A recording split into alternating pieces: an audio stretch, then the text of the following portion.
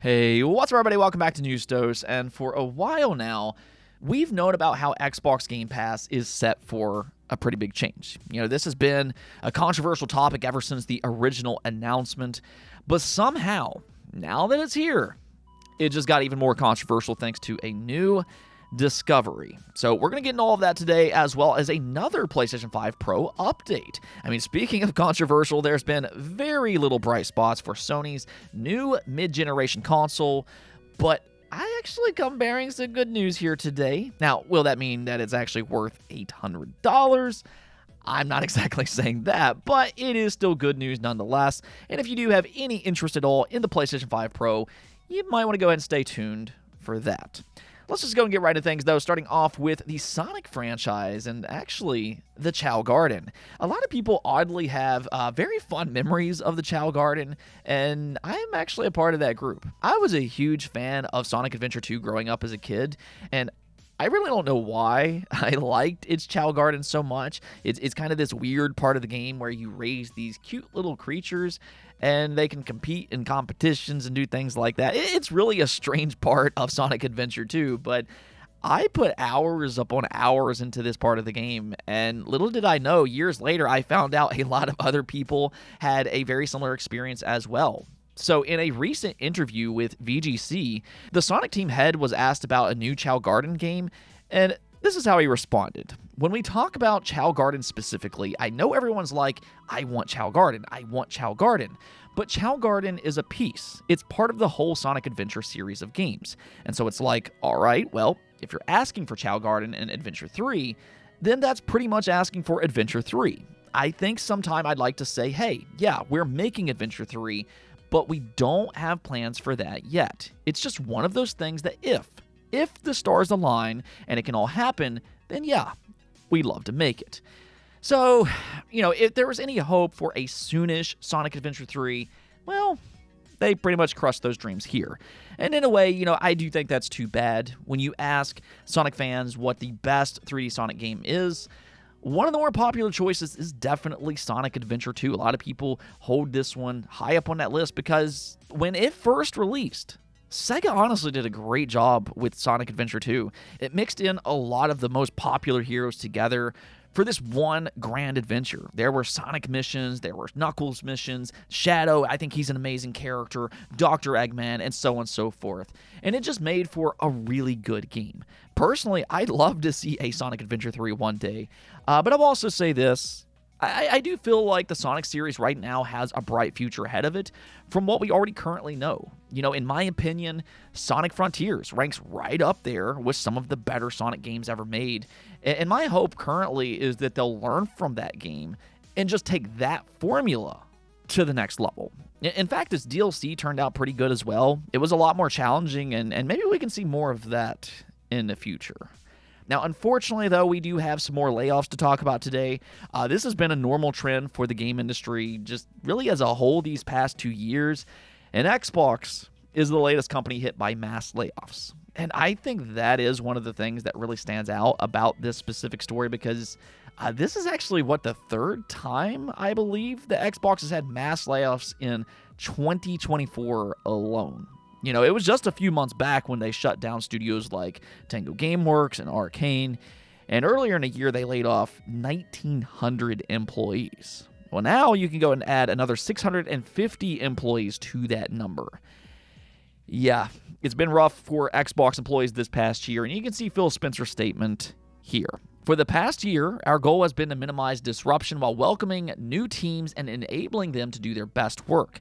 As part of aligning our post-acquisition team structure and managing our business, we have made the decision to eliminate approximately 650 roles across Microsoft Gaming, mostly corporate and supporting functions, to organize our business for long-term success. So, there's that term once again, Microsoft Gaming. Personally, I don't like the sounds of that. It is what it is, I guess. But it does line up with some of the big changes that they've made this past year, which includes mass layoffs that's probably nearing, 3,000 employees? That's a lot. And some of this is because of the Activision Blizzard acquisition. There is redundancy when it comes to any kind of acquisition of this size. But if there is a silver lining here, and this might be small just kind of considering this is deflating no matter how you look at it, but they did emphasize that no game or studio was canceled this time. So, I mean, there's that. But even still, it's never fun talking about this type of thing. And sadly, this probably won't be the last time. The game industry has been hit pretty hard these past 2 years, and I fully expect more to come. Maybe that speaks to the game industry and just its general lack of growth. And this could also be because a lot of companies just went on hiring sprees a few years back to meet demands while people were stuck in their homes. So a lot of companies, even outside of gaming, have scaled back more towards their original numbers. What I will kind of say here, though, is that morale within Xbox, I mean, it has to be shaky by this point. I feel like studios probably just have no idea what to expect going forward. And how could they when you see things like this on a regular basis? Now, actually, speaking of Activision Blizzard a moment ago, we do actually have an update from them that's really good news. And this could actually be the first step for something maybe bigger to come. And what's happening here is that Singularity was relisted on the Xbox Store. Now, if you don't know what this game is, it's probably one of the most underrated games from the Xbox 360 generation. It's this really creative take for a sci-fi first-person shooter. It was actually a new IP from Raven Software. Most people now know them as a Call of Duty studio, but Activision wasn't always a Call of Duty factory. Once upon a time, we actually got creative games like this from Activision. So it's actually really cool to see Singularity's comeback here. It was previously delisted when the Xbox 360 store shut down earlier this year. But what I will say is that I do think that its relisting is really interesting in a sense that this could be them prepping for an Xbox Game Pass release. I mean, the entire Activision Blizzard catalog is expected to come over to Game Pass at some point.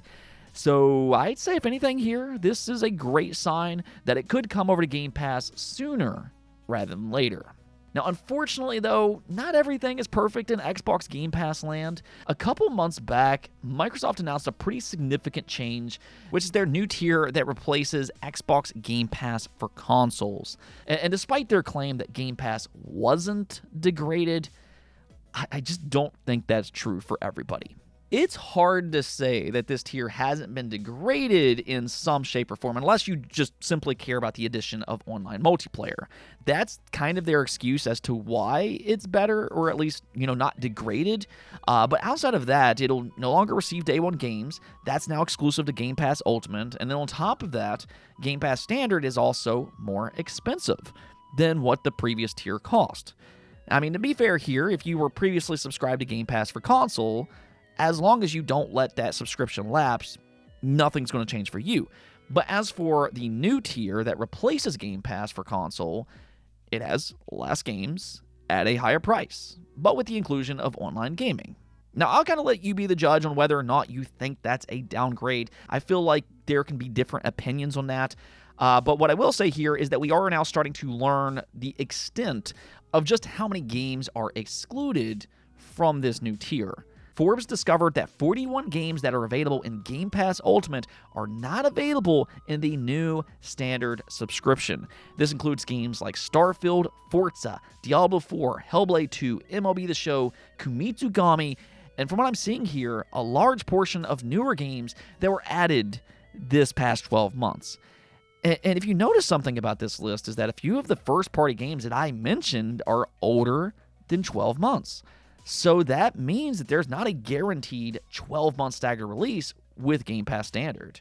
So again, just kind of depending on what you're looking to get out of Game Pass, this could be considered a degraded version of what we previously had. I mean, I understand that most people are subscribed to Game Pass Ultimate anyways, and, again, there is going to be that multiplayer addition to the standard tier. But for anybody who doesn't care about multiplayer, that middle tier just became a lot less enticing. Let me know what you all think about this, though. Do you think that middle tier has been degraded? Do you think it's still worth it? Or is it just a big no after these changes? Okay, now one last thing that I want to talk about here, though, is the PlayStation 5 Pro, because I actually have some good news for a change. This comes way of Moore's Law's dead. He was a big leaker heading into the PlayStation 5 Pro announcement. He was very accurate with his information, and now he claims to have been sent some new information. You can see here posted up by WCCF Tech. They said an unspecified developer that was consulted on previous leaks sent Moore's Law's Dead early testing footage of one of their games that compares it running on base and pro models side by side, complete with displayed frame rates. According to the footage, this game uses 1080p to 1600p dynamic resolution range with a mix of medium and high settings and runs between 45 and 60 frames per second on the base model. The same game on PlayStation 5 Pro uses a higher dynamic resolution range, 1600p to 2160p, with no PSSR, maximum settings, and runs at locked 60 frames per second without any drop. The developer is looking into trying 4K resolution and 120 Hz modes in the future. So that's actually a pretty good sign for what kind of power the PlayStation 5 Pro has to offer. And do keep in mind here that this is without the use of PSSR, which could really impact a lot of games positively. I mean, I keep saying it, but PSSR is the most exciting part about the PlayStation 5 Pro. It's basically Sony's attempt at NVIDIA DLSS. And I know some people will kind of bring up AMD FSR. Why is Sony making PSSR instead of just using AMD's FSR? But the truth is, FSR is not anywhere near as good as NVIDIA DLSS. So if PSSR is a good machine learning upscaling method, then yeah, it technically could be transformative for PlayStation.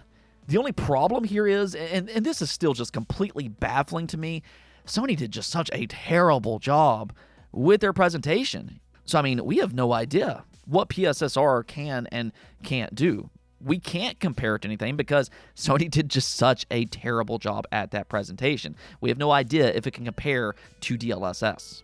So it really is just a big mystery right now. And that only adds to this just overwhelming negative reaction that fans have had for this device and its $800 price tag. Even higher in some regions like Japan.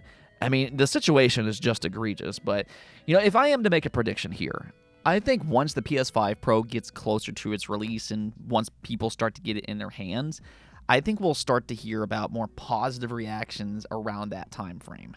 Now, I'm not saying that's going to justify its ridiculous price, but I think that its improvements will be a little bit more clear and obvious once we start to get some more in-depth looks at individual games. Of course, though, a lot of that's going to kind of depend on PSSR. I mean, we still need to see how that stacks up to things like DLSS, but I guess we're just going to have to kind of wait and see. Again, why Sony couldn't just show us that themselves, I have no idea. But to be completely honest here, Sony's been a little bit weird throughout this entire generation. It's like they just somehow forgot how to communicate with their fan base. I mean, I've said it a few times this week, but maybe arrogant Sony really is back. Anyways, though, that's going to be it for this episode. Do make sure to hit that subscribe button if you like this type of content. I am here every week, Monday through Friday. But until next time, peace out.